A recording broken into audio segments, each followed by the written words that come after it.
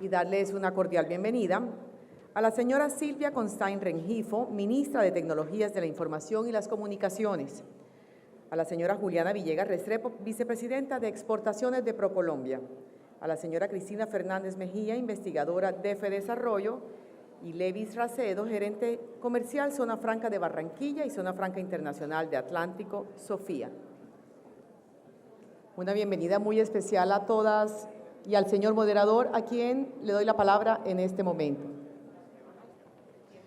Muy buenos días. Vamos a iniciar este panel de discusión, el primero de la jornada de hoy, y quiero, para empezar ese panel, repetir unos términos que nos han perseguido desde el día de ayer. Capital humano, y no solo capital humano, articulación para la competitividad, pero no solo articulación para la competitividad, innovación, y no solo innovación. También se han repetido aquí en estas jornadas previas a este panel de discusión términos como financiamiento, formalidad, emprendimiento, liderazgo. Todos estos son términos que están muy estrechamente relacionados con el concepto de productividad. Y aunque existe un consenso general alrededor de trabajar sobre estos detonantes, sobre estos motores, para que se garantice una producción empresarial eficiente que jalone el crecimiento económico, lo que falta aún por trabajar es encontrar recetas y fórmulas que aceleren el uso de estos motores en los términos en los que lo acaba de plantear el presidente de la República para lograr unos ritmos de crecimiento más acelerados. Ese es el reto, ese es el desafío, y con eso en mente vamos a arrancar las preguntas a nuestras panelistas. Vamos a hacer este ejercicio de reflexión y de conversación. Si se trata de pensar qué es lo más eficiente para sacar adelante la productividad, yo quiero empezar con una pregunta común a todas ellas. Vamos a empezar con usted, señora ministra, y es ¿cuál es, desde su sector, desde su experiencia, el principal desafío que tiene Colombia para la productividad y cuál puede ser la estrategia para enfrentarlo? Bueno, pues primero que todo quiero agradecer a todos, Julián, muchas gracias por esta invitación. Para mí es un placer estar acá y estar hablando de estos temas y además me parece que el título es realmente muy importante, el detonante del crecimiento económico, qué es lo que nos lleva hacia la productividad. Y ahí yo diría dos cosas. Una es que desde el Plan Nacional de Desarrollo lo que vemos es un plan en todas las áreas dirigido exactamente hacia lo mismo y es siempre llevar a unas mejores condiciones de vida para los ciudadanos y la productividad es una herramienta esencial para el crecimiento en el largo plazo.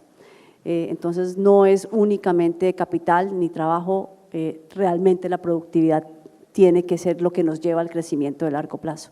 Desde el sector en que yo pues tengo el honor de estar, es especialmente importante porque es un sector que cuando uno mira los números le impacta directamente a la productividad, afecta absolutamente a todos los sectores, salud, educación, justicia, transporte, trabajo, todos. Cuando estábamos hablando con el honorable Congreso sobre el presupuesto de la Nación, yo decía de verdad que cada peso que se mete en el sector es un peso que debería ser considerado presupuesto de todos los demás sectores. Entonces, hay claramente unos sectores que son unos detonantes en todas las áreas, el trabajo articulado de no únicamente el gobierno entre sí, pero el gobierno con el sector privado y este tipo de alianzas, y yo creo que trabajamos muy de la mano en todos los temas, es esencial con la sociedad civil, con la academia y siempre mirando hacia afuera. Algo que dijo el ministro de Comercio es muy importante y es no nos podemos comparar con nosotros mismos, tenemos que compararnos realmente con lo que está pasando afuera. En el sector de las TIC en particular tenemos muy buenas noticias, llevamos 2 trimestres creciendo por encima del promedio del crecimiento del PIB, lo cual tiene impacto en todos los sectores. La nueva ley de modernización, que era una promesa de campaña del presidente Duque, ya está generando efectos, como esos crecimientos pueden notar, y lo que viene el año entrante en términos de inversión aún más. Así que el mayor reto claramente es la articulación, pero aquí voy a decir algo que es un poquito sensible y es en transformación digital en particular, el tema es un tema cultural. La transformación digital no es un software, no es un hardware, no es un decreto, es una forma de pensar, de estructurar problemas, solucionar problemas y hacerlo de una manera que tenga impacto. Así que en eso tenemos que trabajar todos. Creo que lo dejo ahí. Muy bien, Juliana, desde su experiencia en el tema de las exportaciones, como vicepresidente de exportaciones en ProColombia, ¿cuál es la estrategia que realmente debería funcionar de manera más acelerada para lograr la productividad de nuestros exportadores? Bueno, muchísimas gracias. Buenas tardes a todos y felicitaciones a Confecámaras por esos 50 años. Gracias por la invitación a ProColombia a esta importante discusión. Pues a ver, desde el sector comercio creo que acá lo más importante es ese desafío de que las empresas le apuesten a la internacionalización. Si hablamos de productividad, pues está directamente ligado al tema de enfrentarse a los mercados internacionales. Entonces, pues yo diría que eso es lo principal. Nosotros hemos hecho estudios donde comprobamos que las empresas medianas, especialmente que le apuestan a las exportaciones, sobre todo, tienen crecimientos de más del 40% en su productividad. Entonces, no basta con competir en las góndolas locales o con servicios locales, sino que si ya tenemos esa competencia acá en Colombia, grandes países viniendo con sus bienes y sus servicios a nuestro país, pues ¿por qué no ir nosotros y llevarlos allá y demostrar que sí somos capaces? Esas empresas han demostrado mayor productividad cuando deciden internacionalizarse. Entonces acá ese desafío yo creo que lo podemos enfrentar en equipo. Ahora veíamos y el ministro resaltaba ese tema de que apenas en el estudio que mostraron ayer del Centro Nacional de Consultoría, tan solo el 4% de los encuestados dijo que el comercio exterior era uno de sus principales temas de interés o de sus principales preocupaciones. Entonces estamos muy cómodos acá, este es un mercado muy atractivo, el colombiano, por eso además los inversionistas extranjeros se interesan en nuestro país. Pero bueno, ¿qué pasa con el resto del mundo? ¿No? Entonces, si no le apostamos a la internacionalización, no aprovechamos al máximo esos instrumentos como el que nos acaba de anunciar el ministro Restrepo, pues la productividad seguro va a llegar, pero más lento de lo que queremos y de una manera que de verdad no es la adecuada si queremos tener un país más avanzado en términos empresariales. Entonces ahí la invitación es a trabajar en equipo, sobre todo desde las regiones. Nuestras aliados más importantes son las cámaras de comercio en todas las regiones para persuadir a las empresas de por qué hay que apostarle a la internacionalización. Y ese es el reto, que sea menos lento. Y en el reto de ser menos lento, tomo unas palabras de la ministra que habló de la articulación entre el sector público y los empresarios.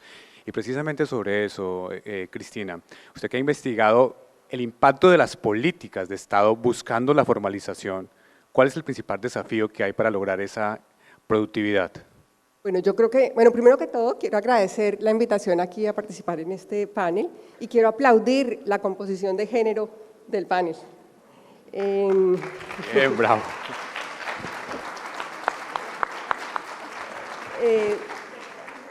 Yo en este tema de la productividad quisiera citar un trabajo de la CAF, que hizo un análisis muy detallado de la competitividad y de la productividad en los países de América Latina y encuentra que los problemas de competitividad no están en la asignación mala de sectores, sino que es común en todos los sectores.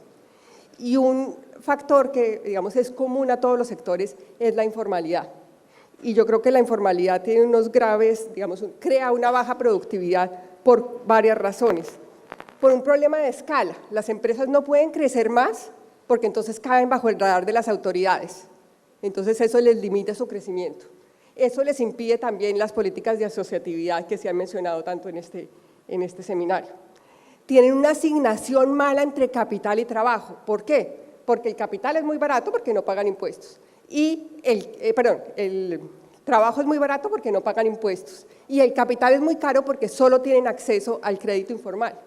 Entonces, eso hace que sean intensivas en mano de obra de una manera que no es eficiente. Prefieren tener 10 personas que les hagan el trabajo a una máquina que haga el trabajo. Y ese trabajo es muy ineficiente y absorbe recursos que podrían estar en otro sector.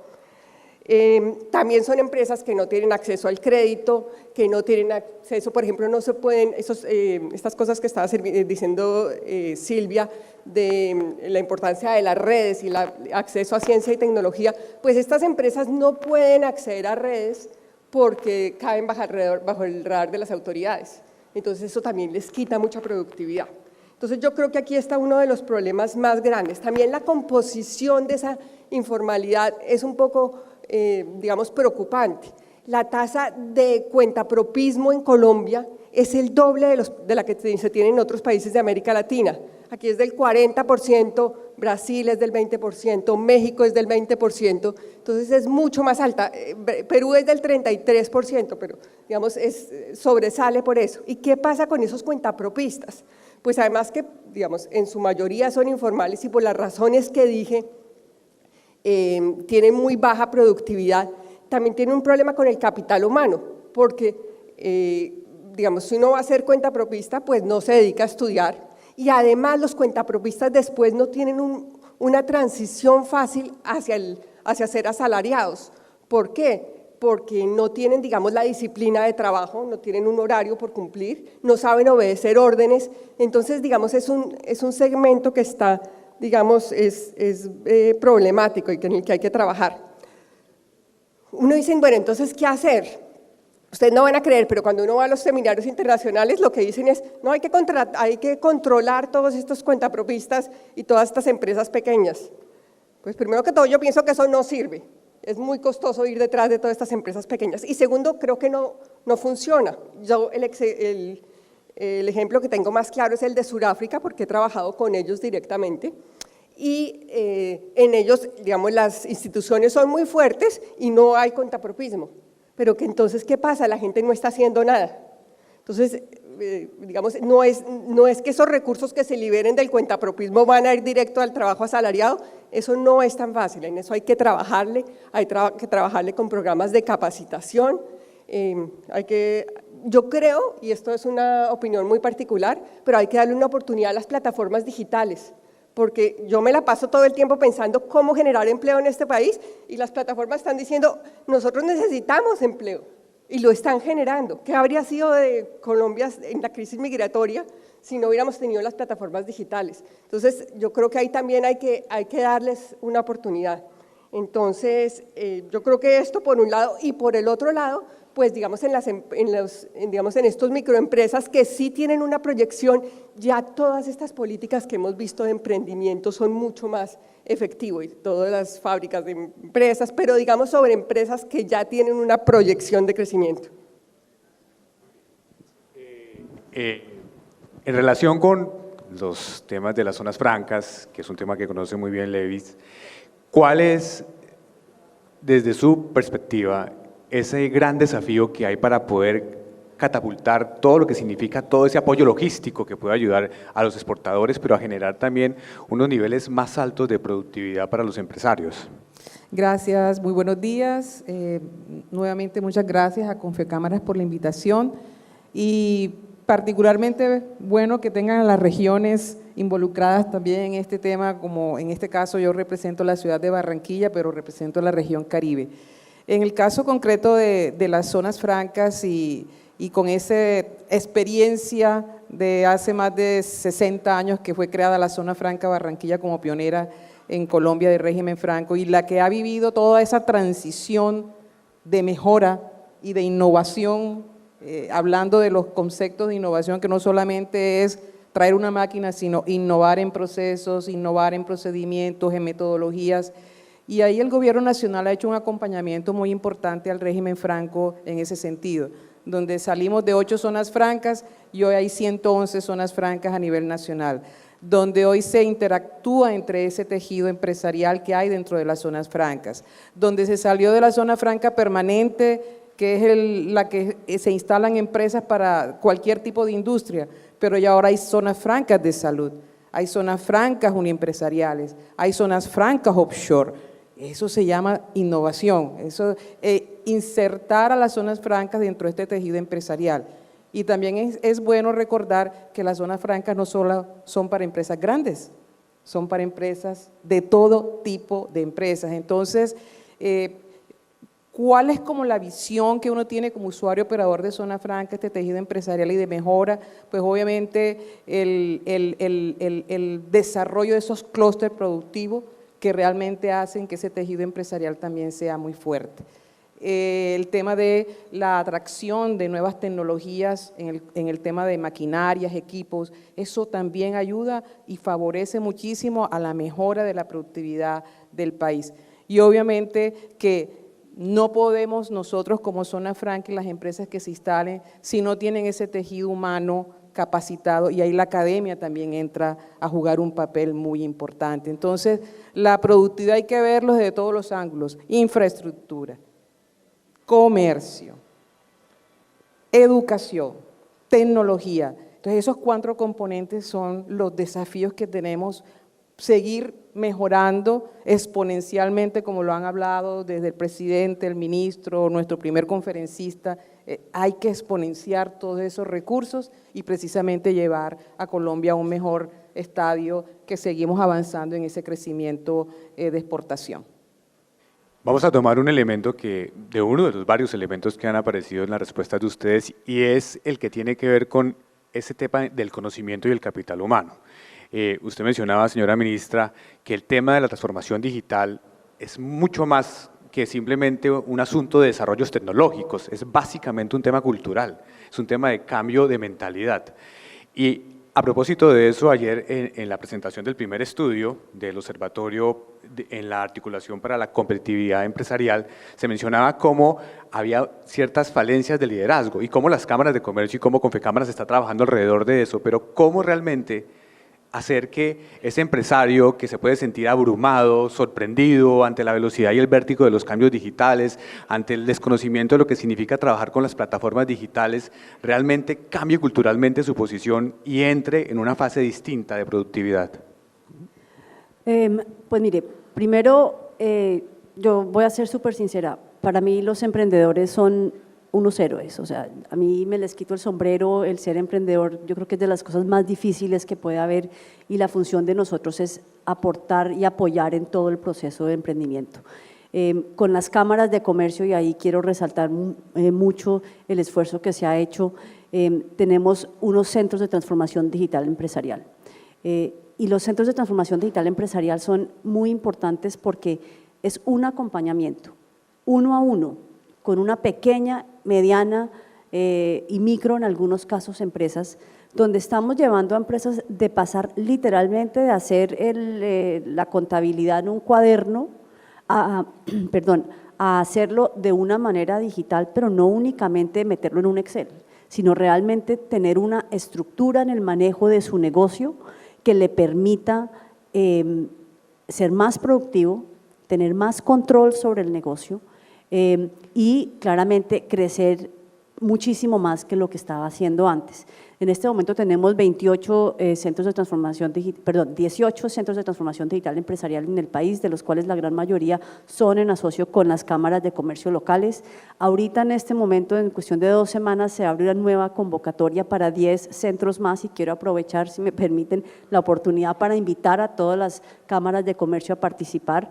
Y esta segunda etapa de los centros de transformación digital empresarial es especialmente interesante porque nosotros empezamos con unas herramientas básicas, y ahora que hicimos como el stock taking, la revisión de qué era lo que habíamos hecho en este último año con los centros y con los empresarios, nos empezaron a decir, oiga, interesantes sus herramientas, ya las estamos usando, tengo esta cantidad de datos, quiero poder utilizarle de una manera más efectiva y más eficiente.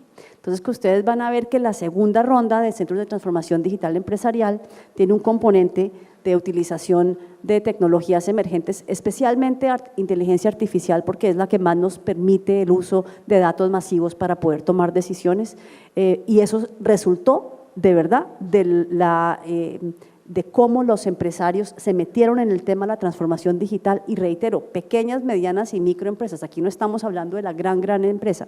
Entonces, eso por un lado, reitero, para la necesidad de trabajar articuladamente. Tenemos que llegar a las regiones. Las regiones es donde está la riqueza de nuestro país y en la pequeña, mediana y microempresa especialmente. Entonces, este programa nos vamos para las regiones, para la pequeña, mediana y microempresa. Ahí es donde tenemos que estar y ahí es donde estamos. Y reitero, sale la convocatoria para 10 centros más y los invitamos a participar. Y antes de terminar, quiero hablar 2 minutos de talento, porque el tema de talento en la cuarta revolución industrial es un tema para todos los países, no es un tema únicamente en Colombia, pero al mismo tiempo es una oportunidad increíble, porque se requieren talentos que no necesariamente requieren un periodo de formación tan largo, se requieren competencias.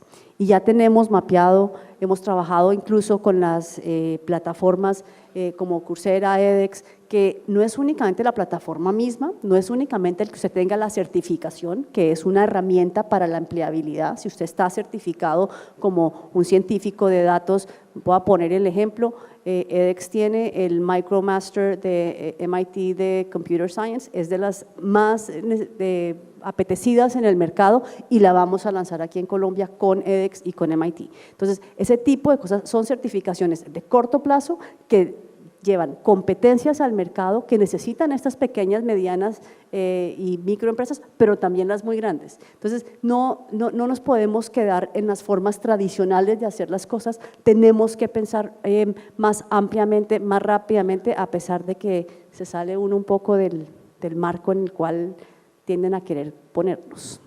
Juliana, usted lo mencionó, evidentemente hay una probablemente zona de confort entre algunos empresarios colombianos que no miran con ambición las posibilidades que hay hacia afuera, pero ¿cómo se cambia eso que es un asunto básicamente de mindset? Es un tema de cultura, eso es una responsabilidad de quién, de la academia, del gobierno, ¿cómo se modifica esa forma de pensar? Bueno, yo creo que eso es responsabilidad de todos, ahí no puede actuar solo el gobierno nacional, no puede actuar sola la agencia de promoción. Nosotros sin los empresarios no tenemos razón de ser, son los empresarios los primeros que tienen que tomar esa decisión de internacionalizarse. ¿Cómo se puede hacer? Eso es un trabajo de todos los días, hay que sensibilizar, hay que demostrar que sí hay oportunidades en los mercados internacionales, hay que demostrar que no es imposible, ¿no? Eso yo creo que pues desde ProColombia somos muy optimistas con este tema que ustedes están mencionando ahora. ¿Por qué? Porque hemos visto, pues en 2010 en exportaciones el tema de servicios participaba más o menos con el 27%, hoy ya superamos el 38% en exportaciones no minero-energéticas con la participación de servicios, eso quiere decir que las empresas lo están haciendo bien. Entonces, ahí hay casos de mostrar muy interesantes. Otros casos de la vida real, hay una feria muy importante que se hace en Barcelona todos los años. Colombia, a mucho honor, tiene el pabellón más grande de Latinoamérica. Este año participamos en el Mobile World Congress, que la ministra nos acompañó muy amablemente, porque además trabajamos muy en equipo ProColombia y Mintic. Eran más de 25 empresas de todo el país. Los empresarios internacionales no podían creer que Colombia fuera una plataforma exportadora de aplicaciones móviles, de todas esas empresas de base tecnológica. Entonces, nuestros empresarios de las industrias 4.0 están ofreciendo soluciones de exportación, se la están creyendo, le están metiendo toda su fuerza, todo su compromiso a este tema y por eso desde ProColombia seguimos promoviendo activamente las industrias 4.0, entonces vamos a seguir pues, dando toda la información lo más completa y oportuna posible para que estos empresarios tomen unas decisiones menos costosas. Tenemos todo un portafolio de servicios a su disposición porque las industrias 4.0 son transversales a las demás cadenas productivas. Tendríamos un agro más moderno, un sistema moda de vanguardia, metalmecánica mucho más refinada, entonces pues ¿por qué no meterle también industrias 4.0 a químicos y ciencias de la vida, por ejemplo? Entonces es una apuesta nuestra y sabemos que es de todos los días, que no podemos bajar la guardia y por eso la invitación a las cámaras de comercio que son nuestras aliadas en las regiones para que los empresarios se crean el cuento de internacionalización, por más cómodos que estemos, creo que vale la pena apostarle a eso. Cristina, y en ese asunto y en ese desafío de esa transformación cultural del que va a crear una empresa, ¿cómo se puede cambiar esa actitud de los que prefieren permanecer en la informalidad, porque obviamente tienen ciertas ventajas de no ser detectados por el sistema y eso les ayuda a vivir en una especie también de zona de confort, realmente que probablemente de alguna manera también ayudan a fomentar ciertas políticas, no de manera directa, pero sí de manera colateral. ¿Cómo cambiar esa forma de pensar y llevarlos a una formalidad? Bueno, yo creo que para analizar los temas de informalidad empresarial, la mayor autoridad que existe en el mundo es un brasileño que se llama Gabriel Ulicea, que ahora es profesor visitante en la Universidad de Oxford. Y él simplemente dice que la informalidad de las empresas pues depende de un costo-beneficio que uno hace. Y entonces él se toma el trabajo en establecer el costo-beneficio de cada una de las empresas, cuánto gana si es informal y cuánto gana si es formal. Y haciendo así encuentra 4 tipos de empresas. Primero, unas que tienen muy baja productividad. Estas empresas que tienen muy baja productividad no alcanzan a cubrir los costos básicos de la formalidad.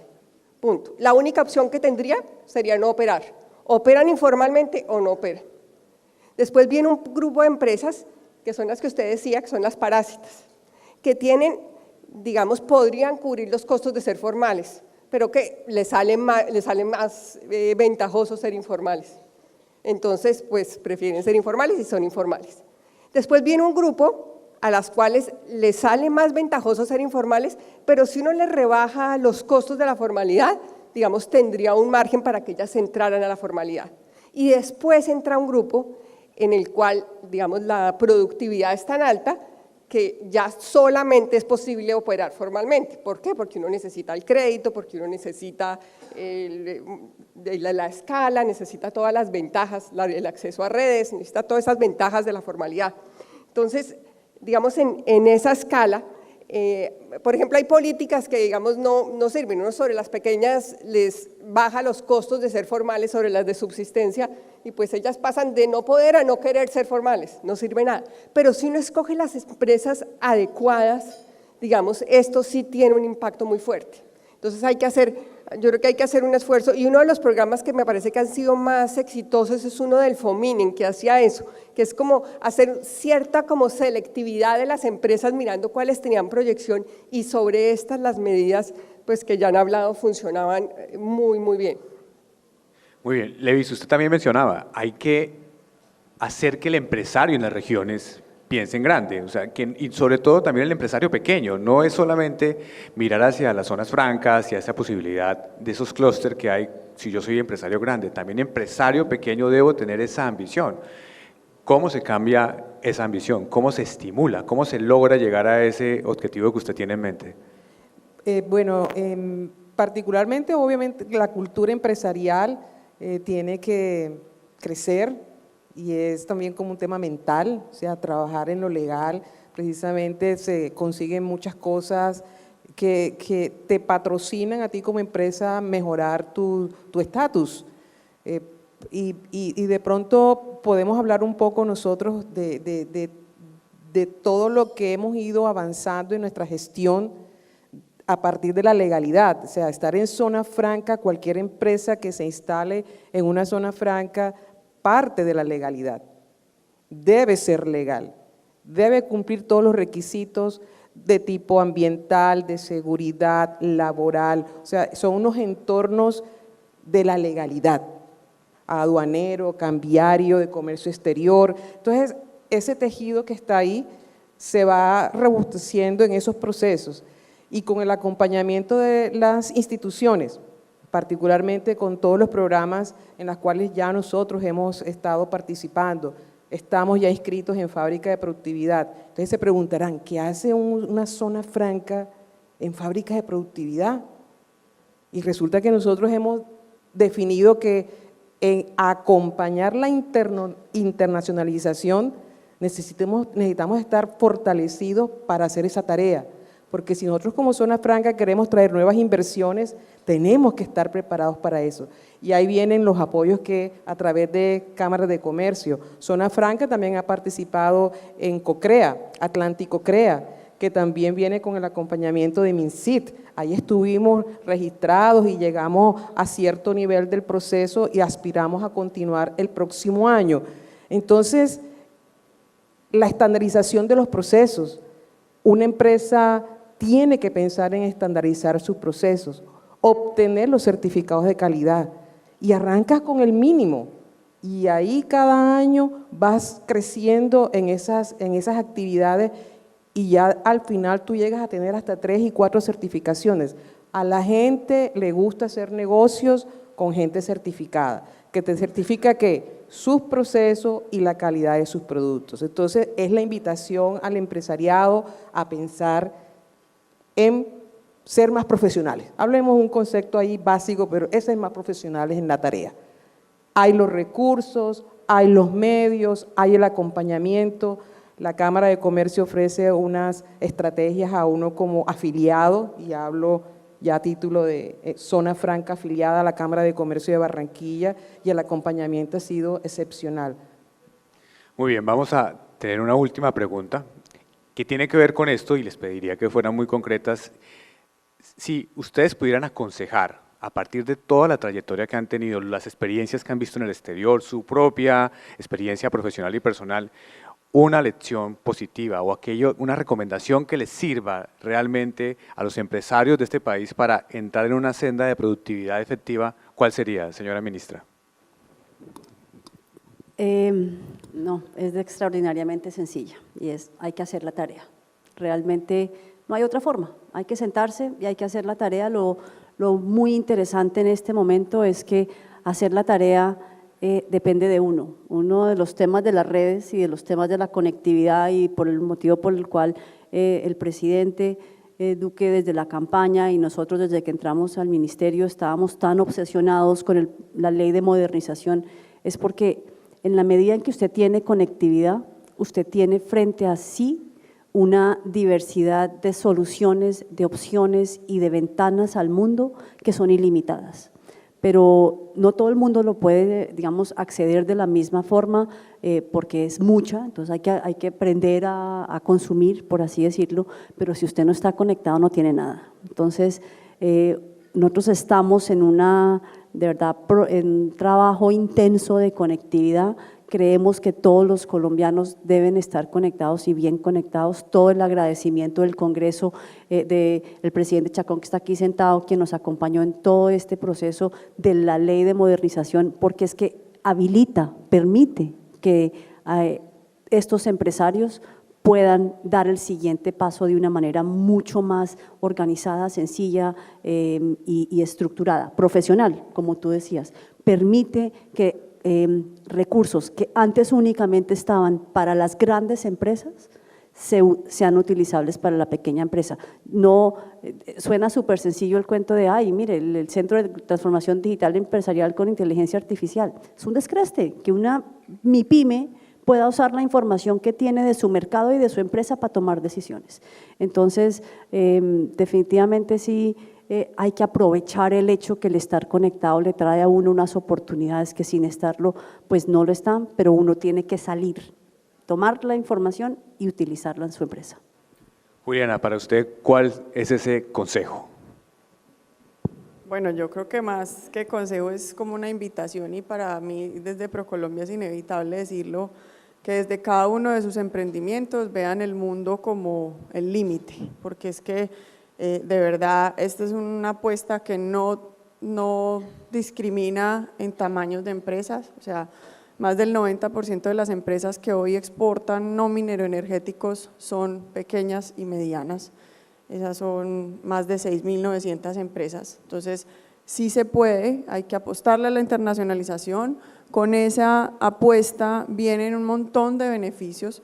Hay que ser muy perseverantes, esto no es de un día para otro, y acá hay grandes exportadores que veo en el auditorio que saben que han hecho la tarea, como dice la señora ministra, con mucho juicio y mucha dedicación, pero también han visto que eso trae de verdad noticias gratificantes y muy buenas cosas para sus compañías y para la comunidad en donde están sus compañías. El impacto es muy positivo en general para el país, para generación de nuevas fuentes de crecimiento que nos contaba ahora el ministro.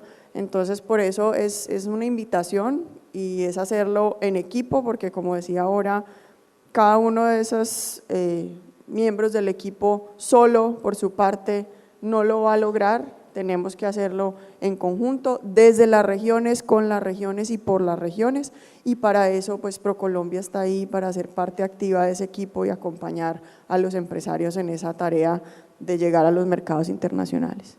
Y Cristina, ustedes de ese conocimiento que tiene, que seguramente le toca leer mucho sobre lo que hacen otros países en relación con el tema que usted investiga, ¿cuál es esa recomendación, cuál es esa buena lección que de pronto usted encontró en algún momento y que podría presentar a Colombia?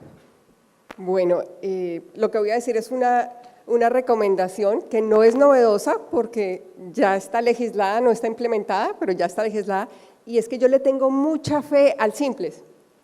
Yo creo que es un diseño que funciona muy bien. En Brasil tuvo unos resultados muy positivos y es una manera de enganchar esas empresas como en la escala de la formalización. Si bien ahí no están todos los requisitos, yo creo que engancha muy bien a las empresas y yo creo que es algo que realmente va a funcionar. Me parece que está muy bien concebido. Hay cosas pequeñas como que, por ejemplo, se piensa cobrar sobre los ingresos brutos y no sobre los ingresos netos, y eso quita el incentivo que tiene una empresa a contratar trabajadores formalmente. Hay una exención para la, digamos, declaración de impuestos, que es la contratación formal, y el Simples, como está hoy en día, la va a quitar porque se cobra sobre los ingresos brutos, pero me parece que en general es muy buena.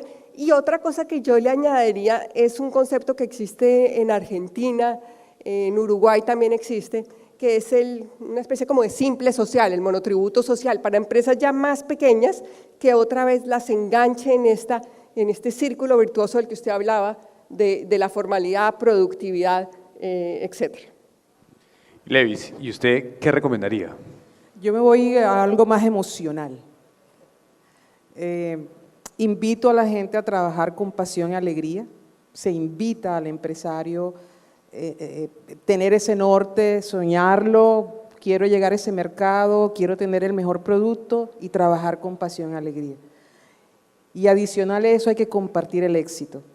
Y el éxito se comparte en varios niveles, en tu empresa, con tu vecino, con tu stakeholder, con tu accionista, y ese tejido y esa compartir realmente genera esas sinergias que tú necesitas como empresario y que todo el mundo te acompañe también.